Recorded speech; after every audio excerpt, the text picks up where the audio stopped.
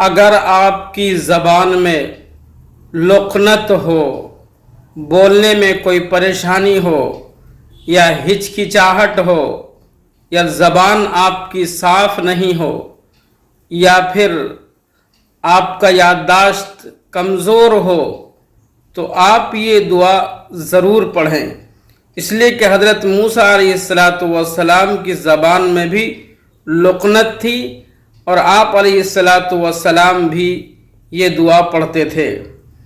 رب اشرح لی صدری ویسر لی امری واحلل عقدۃ من لسانی یفقہوا قولی۔ یہ سورہ طٰہٰ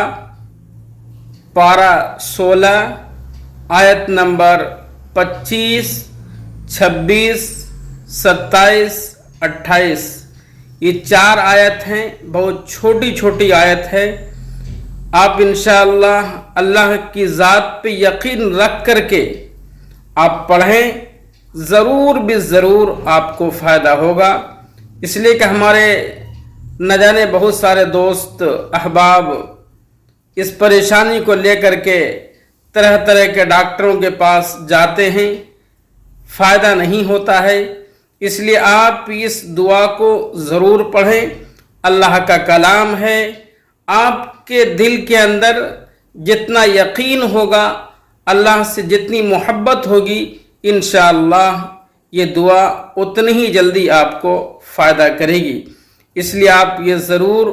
بار بار یہ دعا پڑھیں اور اس سے فائدہ حاصل کریں۔ انشاءاللہ اللہ تعالیٰ آپ کی جو زبان کی جو پریشانی ہے، ذہن کی جو پریشانی ہے، اس پریشانی کو